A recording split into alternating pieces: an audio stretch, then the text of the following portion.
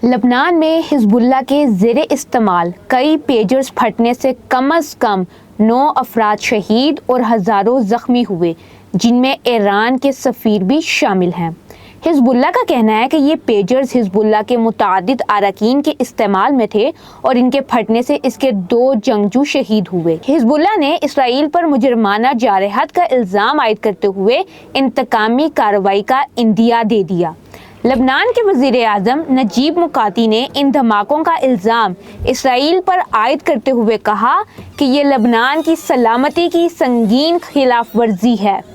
दूसरी तरफ अमेरिका ने इस वाक़ये से ताल्लुकी ज़ाहिर की है, जबकि ताहाल इसराइल ने इन इल्ज़ामात पर कोई रद्द-ए-अमल नहीं दिया।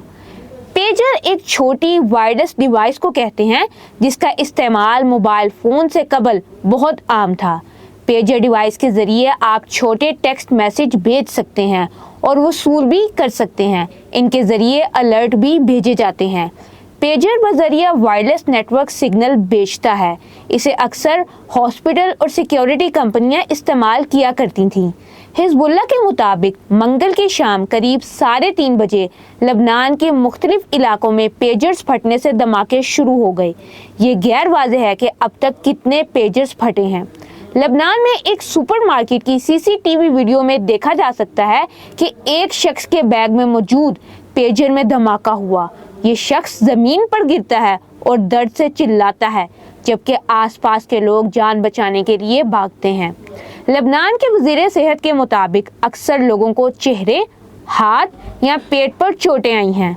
हिजबुल्लाह मवासलात के लिए इन्हीं पेजेस पर इन्हिसार करता है। हिजबुल्लाह ने अपने अरकान को मोबाइल फ़ोन इस्तेमाल करने से रोका था क्योंकि इन्हें इसराइली सिक्योरिटी फोर्सेस की जानिब से मोबाइल फ़ोन हैकिंग का खदशा था। अचानक से बहुत तेज़ रिंगिंग होती है। कुछ ही सेकंड्स के बाद जिसकी पेंट की पॉकेट में पेजर्स होते हैं फटने लग जाते हैं, जिससे 3000 लोग शदीद ज़ख्मी होते हैं और अब काफ़ी सारे लोग इस सारी ज़िंदगी खौफनाक इंजरी के साथ गुजारेंगे।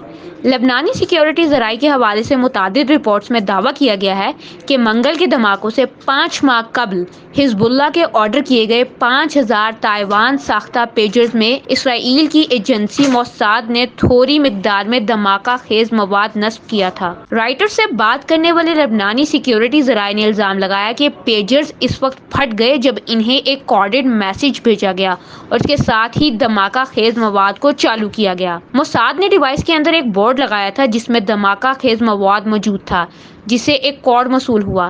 किसी भी जरिए से इसका पता लगाना बहुत मुश्किल होता है, यहाँ तक कि किसी भी डिवाइस या स्कैनर के साथ भी इस कोड का मालूम नहीं होता। हिजबुल्लाह ने ताइवान में कायम कारखाना गोल्ड अपोलो से 5000 पेजेस मंगवाए थे, जिन्हें अप्रैल और मई के दरमियान मुल्क में स्मगल किया गया था।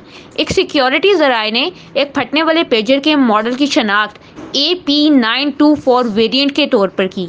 तबाहशुदा पेजेस की तस्वीर से भी पिछली तरफ एक डिज़ाइन और स्टिकर का इंकशाफ हुआ जो गोल्ड अपोलो के तैयार करदा से मुताबिकत रखता है।